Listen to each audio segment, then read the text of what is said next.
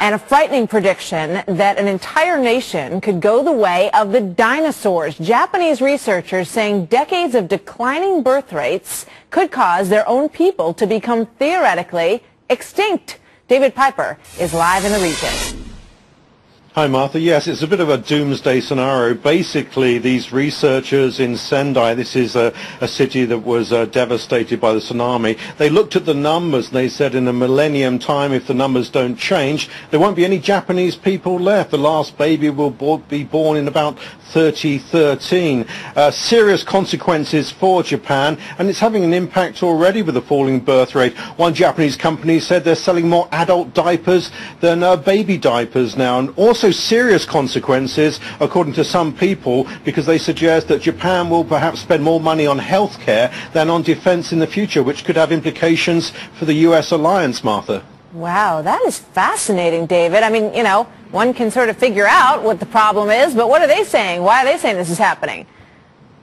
It's a complicated problem. There's many reasons out there, but perhaps the main reason seems the Japanese people, the young people, have fallen out of love. Something like 60% of Japanese men under 60 were surveyed, and they didn't even have a girlfriend. And a lot of young Japanese women seem to be, according to other surveys, not interested in sex. So they need to change that. They're pumping money at families to have children, but at this time, unless they change it dramatically, the Japanese population will cut by about a third in about 50 years' time, Martha. You're going to have to rush a big shipment of oysters to Japan, I think.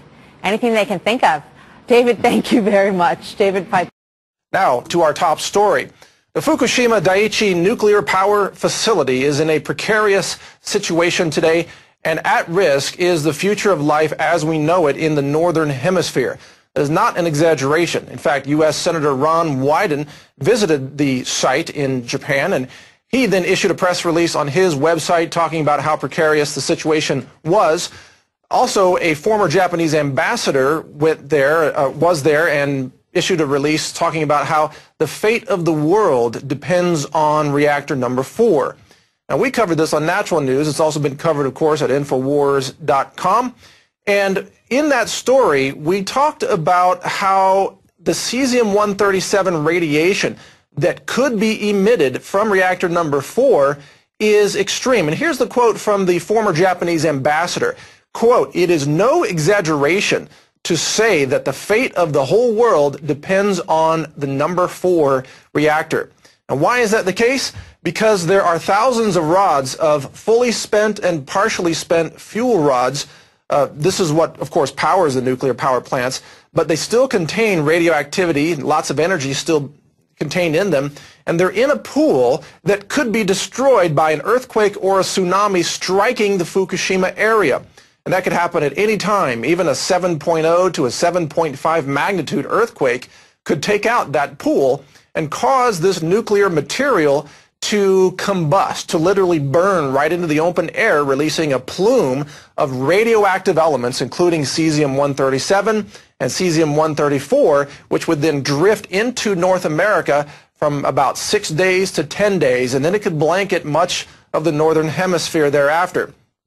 Now, if this could cause North America to become uninhabitable by humans, as you can see. This is a quote from a story that I wrote, I believe.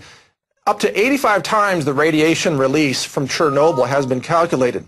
Now, what's interesting is today on the Alex Jones show earlier, we did have nuclear industry expert Arne Gundersen on, and we asked him about that figure 85 times, and we fact-checked it with him.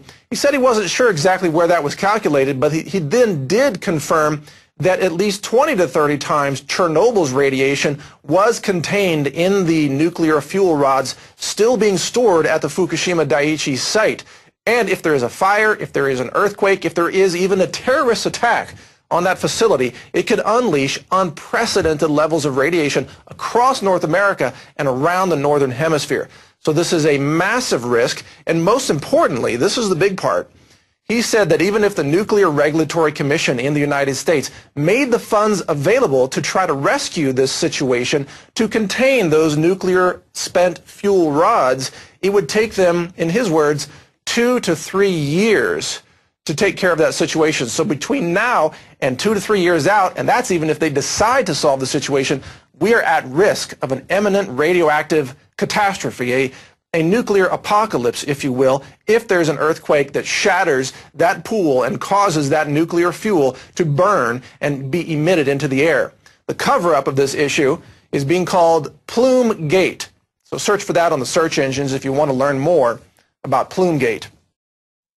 Dr. Michio Kaku, is this an exaggerating? Is this case being overstated? How would you assess the situation? People don't realize that the Fukushima reactor is on a knife's edge. It's near the tipping point.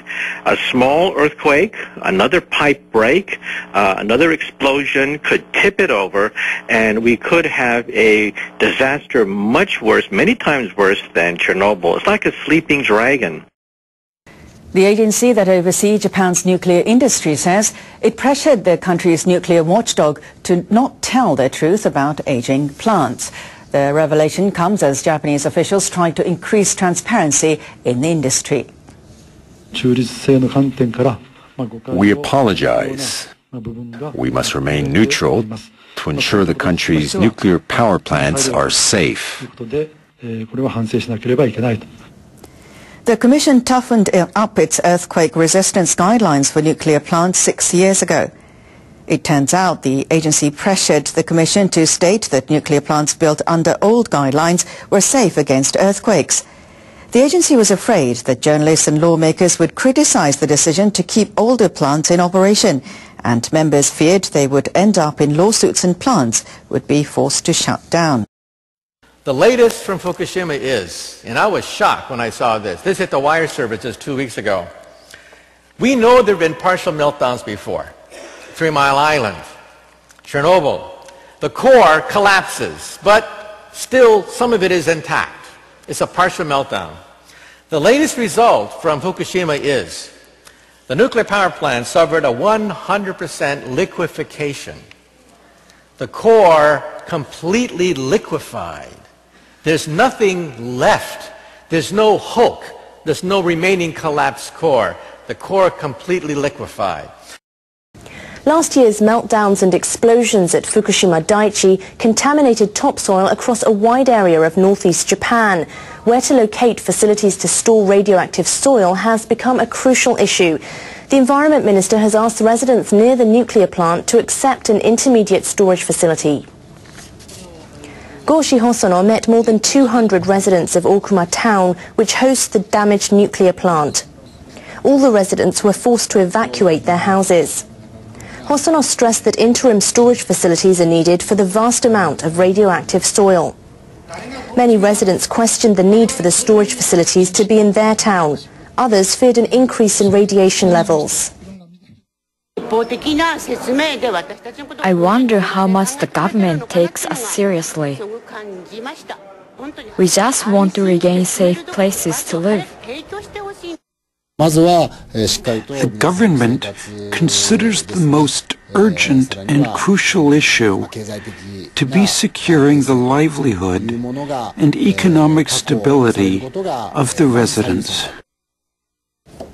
The government is also asking 2 other neighboring towns to accept the intermediate storage facilities. Rice planting on a test basis has begun in a village near the crippled Fukushima Daiichi nuclear power plant. This comes after the central government lifted its ban on entering Kawauchi village in April. Rice planting in the area had been banned at all paddies following the nuclear accident last March. The purpose of this year's harvest is to verify the product's safety. On Sunday, about 40 farmers and volunteers began planting rice at 30 rice paddies. Fabric that absorbs radioactivity was laid near entrances of irrigation channels. Villagers have also sowed into the soil substances that absorb radioactivity. Once the safety of this year's harvest is confirmed, rice production will be fully resumed for the next season. I'm very happy to be planting rice along with so many others. I hope the safety of the rice will be confirmed so that the village can fully begin producing rice next year. The operator of Japan's Fukushima Daiichi plant is seeing another year of huge losses. Joining me now is Ron Madison with more on that. Ron. Yeah, not a huge surprise there, Sherry, with all that's happened with the company, all the debt that it's taken on since the March 11th nuclear disaster. Tokyo Electric Power Company, though, as you say, has indeed reported a second consecutive year of net losses for the fiscal year that ended March. The operator of the crippled Fukushima nuclear power plant has also announced a new management team. TEPCO said Monday that its net loss came to about $9.8 billion in fiscal 2011. It's blaming the loss on fuel costs for thermal power generation. They climbed by more than $10 billion from the previous business year. For the current business year, the company is hoping to slash the loss to about $1.3 billion by raising electricity rates for companies and households. On the management change, meanwhile, TEPCO said half of its new senior officials will come from outside the company to monitor its business performance closely. The new chairman will be Kazuhiko Shimokobe. He currently heads a committee at a state-backed nuclear compensation fund. TEPCO executive Naomi Hirose will be promoted to president. He has been in charge of compensation for victims of the nuclear accident. U.S. lawmakers are calling on government leaders to do something about the debris from last year's tsunami in Japan that's floating across the Pacific.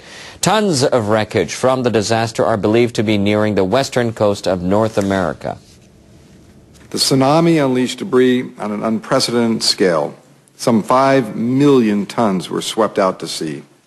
While most quickly sank, NOAA estimates 1.5 million tons of tsunami-generated debris is still afloat and being driven by winds and currents toward the west coast of North America. Begich told a Senate subcommittee hearing that large quantities of fishing nets and plastic items are already washing ashore in the state of Alaska and Washington.